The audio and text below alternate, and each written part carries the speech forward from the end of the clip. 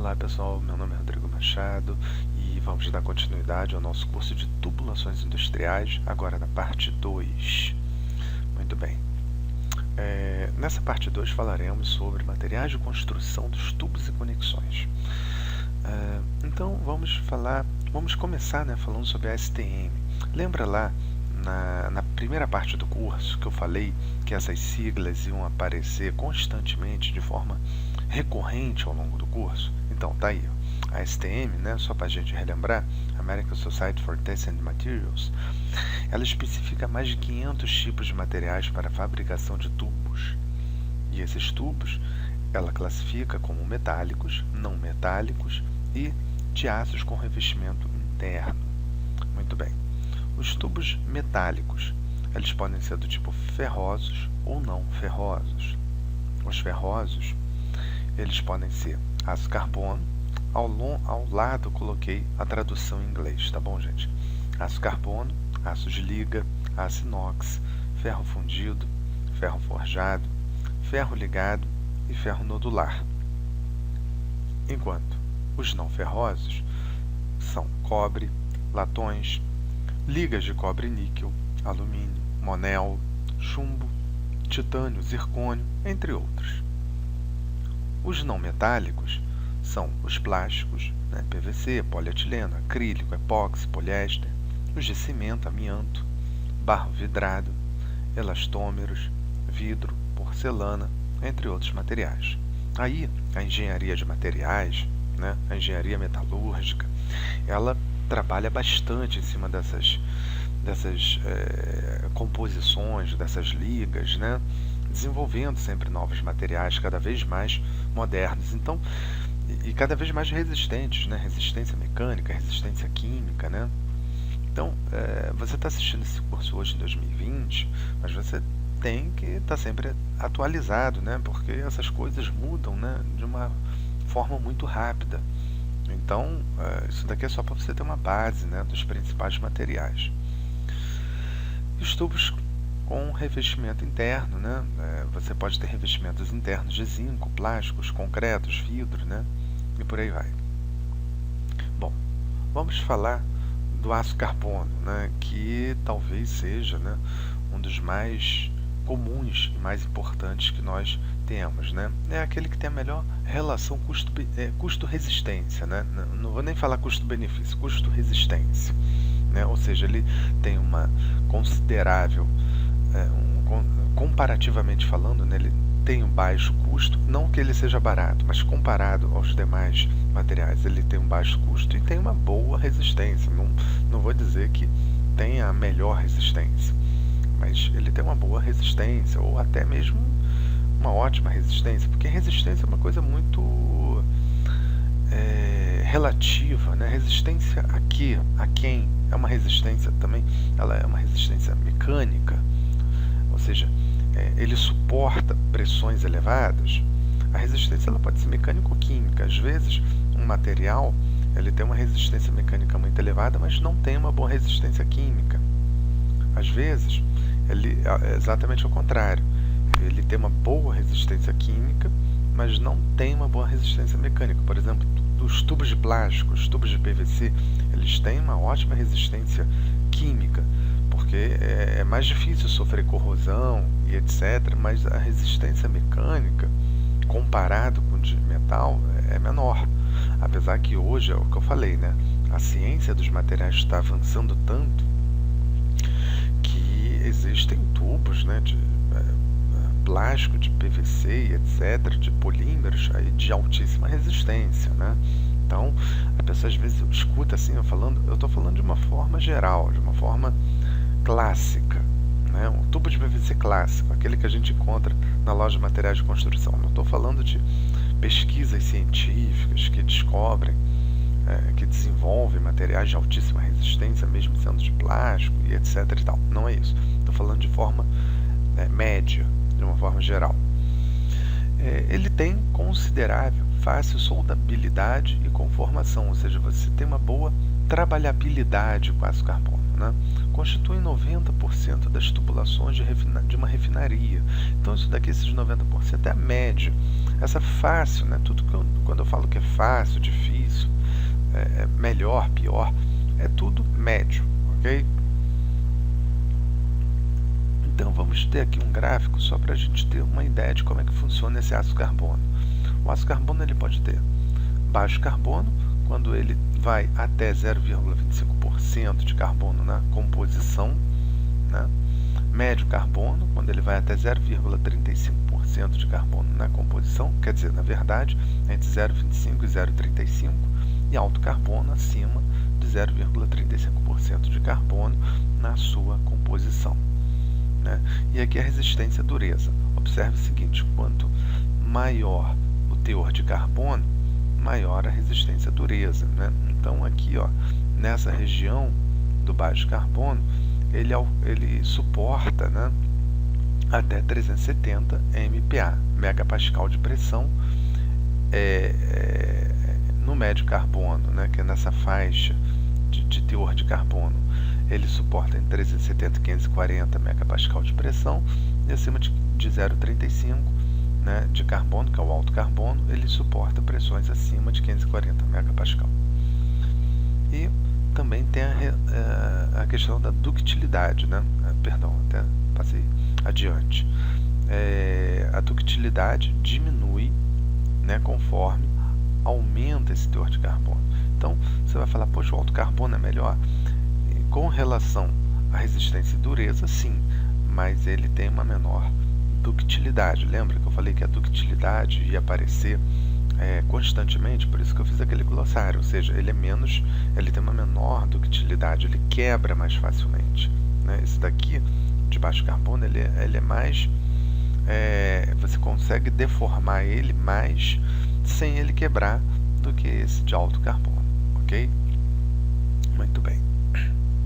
E os ácidos liga e ácido inox? O ácido liga são todos os ácidos que possuem qualquer quantidade de qualquer outro elemento além do carbono.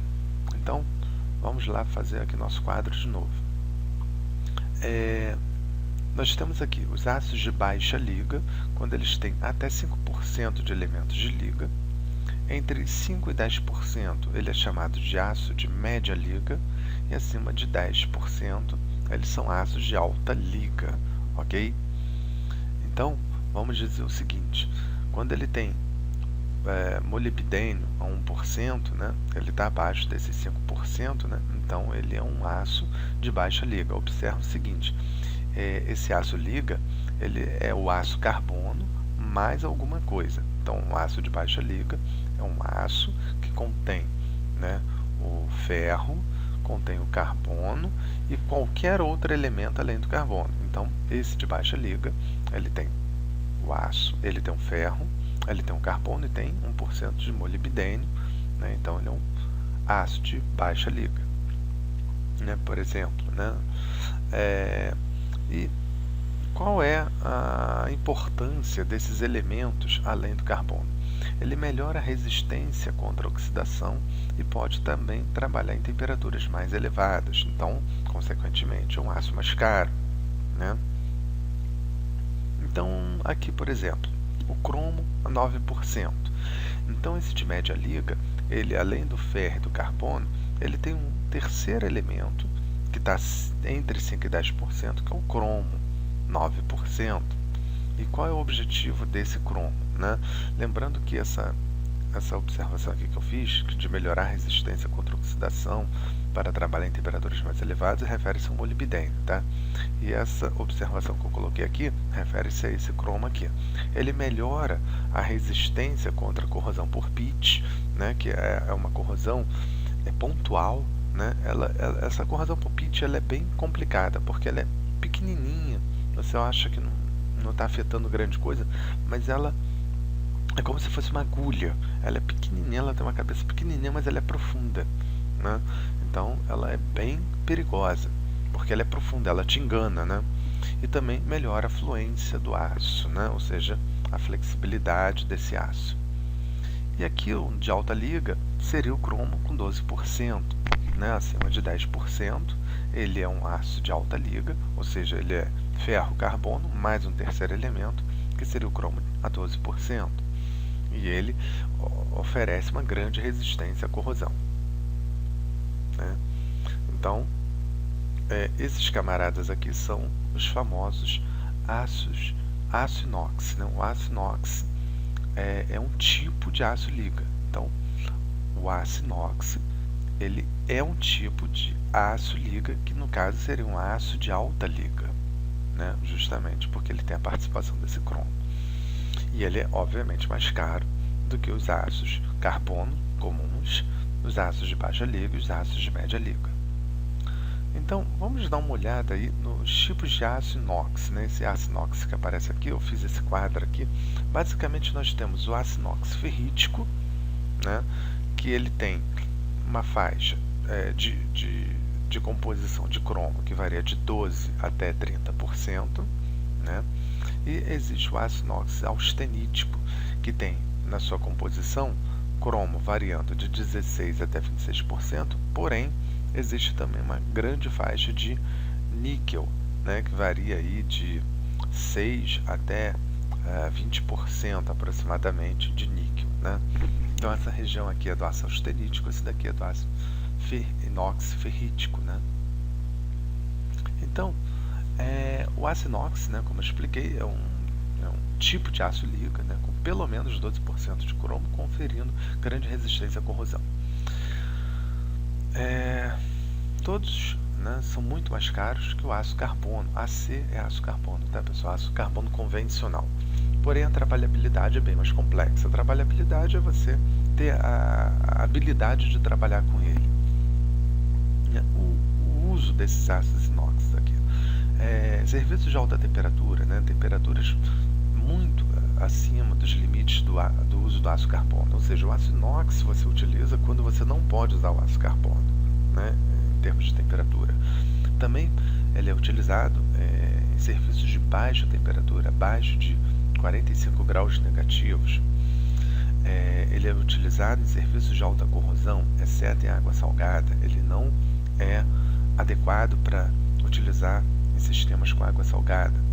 Serviços de não contaminação, por exemplo, produtos farmacêuticos e alimentares. Produtos farmacêuticos e alimentares têm que estar isentos de contaminação. Então, o aço carbono, o aço inox, ele pode ser utilizado nesse tipo de serviço.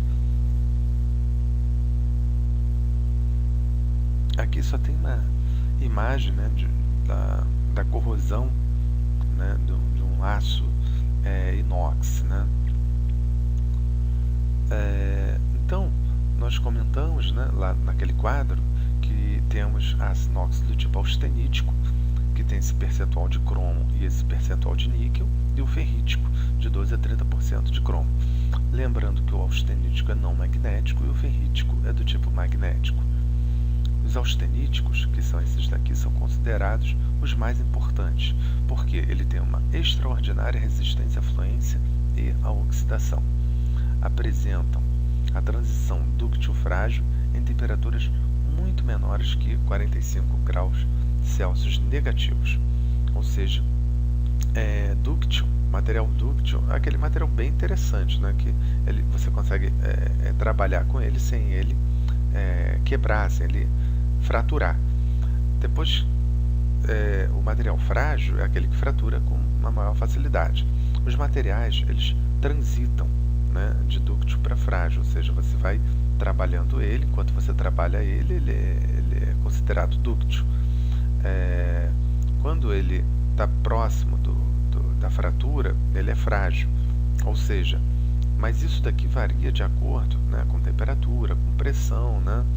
Então, essa transição de quebrar e não quebrar, ela acontece em temperaturas bem menores que 45 graus negativos. Por isso que você pode trabalhar com temperaturas muito baixas. E suas limitações. Nenhum material é perfeito, tá, gente? Então, existem limitações. Por exemplo, quando apresentam baixos teores de carbono, pode haver precipitação do cromo. O cromo que está presente ali, ele pode precipitar, né? E o nome desse tipo de corrosão é chamado corrosão por sensitização, principalmente entre 450 e 850 graus Celsius. Nessa faixa de temperatura pode acontecer essa corrosão por sensitização, que é o aparecimento do cromo, né? A precipitação do cromo, né? Aqui tem uma imagem, né? Como se fosse um raio-x, né? Uma metalografia, né? De uma estrutura de um metal, né? de um aço contendo cromo, né? Na sua composição, corrosão por sensitização. Os ácidos sensitizados podem sofrer corrosão intergranular, principalmente meios ácidos. Então, olha aqui, ó, ele está todo trincadinho, todo craquelado, né? Isso daqui seria corrosão por sensitização, e esse craquelamento, né, ela é intergranular entre os grãos, né, do material. E a presença de ácidos, né, ajuda a intensificar essa corrosão, né? Então, meios ácidos nessa faixa de temperatura não é muito interessante. Por exemplo, na presença de HCl, do ácido clorídrico, né? Também ele é um elemento que pode piorar, aprimorar, né? Essa corrosão aqui. Então temos aqui, né, alguns tipos de ácidos, né, austeníticos, né? Tem o 304, 304L, 316, 316L. Esses 304 e 316 são os mais famosos, os mais conhecidos. Aqui tem os elementos da liga, né? Aqui no caso 304 tem 18% de cromo, 8% de níquel. 304L tem 18 cromo, 8% de níquel, né? 0,003 de carbono e por aí vai. Então aqui tem os limites de temperatura onde você pode trabalhar. Ninguém, né, fica decorando isso, claro, isso daqui não é para ninguém decorar, é só uma tabela para você consultar quando você quiser decidir entre um material e o outro de acordo com a condição de trabalho, com a condição de operação que você está trabalhando. E aí vem o ferro fundido e o ferro forjado, né? Bom, o ferro fundido ele é utilizado para água, gás, água salgada, esgoto, serviço de baixa pressão, temperatura ambiente, sem grandes esforços mecânicos. Apresentam boa resistência à corrosão e classificam-se principalmente em ferro fundido do tipo cinzento e ferro fundido do tipo nodular, né? E o ferro fundido do tipo cinzento, ele tem aproximadamente de 2,5 a 4% em peso de carbono, de 1 a 3% em peso de silício. Eles são eficientes no amortecimento de energia vibracional, né, aplicável a serviços com vibrações, tais como estruturas de base para máquinas e equipamentos pesados. E o nodular, ele contém a adição de uma pequena quantidade de magnésio ou cério ao ferro fundido comum, né, apresentando ductilidade superior a esse anterior aqui, né, que é o cinzento. Então, essa adição de magnésio cério confere uma maior ductilidade. Então, ele vai servir para a confecção de peças que necessitam de maior resistência a impacto, tração, resistência a alongamento e escoamento. Também existem outros tipos de ferro, ferro forjado, né, que também é chamado de ferro galvanizado. São utilizados em serviços de baixa pressão e temperatura, né, usados com água, ar comprimido, condensado, etc. Eles têm uma baixa resistência mecânica e uma boa resistência à corrosão, né? Observa o seguinte, né? Às vezes ele tem uma boa resistência à corrosão, mas não tem uma boa resistência mecânica, né? Então, esse ferro forjado ele equivale ao ferro fundido, né, em termos de resistência, né, e bem superior ao do aço carbono, né? Então, você vê, para você decidir entre um elemento e outro, você tem que ver qual é a aplicação, qual é a funcionalidade dele e também a questão do preço, né? Tem que ver até onde vale a pena você substituir ou selecionar um determinado material também. Tem a questão da precificação. Limitações. Ele deve ser utilizado em temperaturas até 150 graus Celsius e acima de 0 graus Celsius, que é uma norma da ASME, né? A B313, ou fluidos tóxicos. Fluidos tóxicos também ele não deve ser utilizado. Bom, pessoal, então muito obrigado. Para cursos, eventos, palestras, mentoria, consultorias, você pode entrar em contato com o meu e-mail, rdmac.2018@gmail.com, e até a próxima.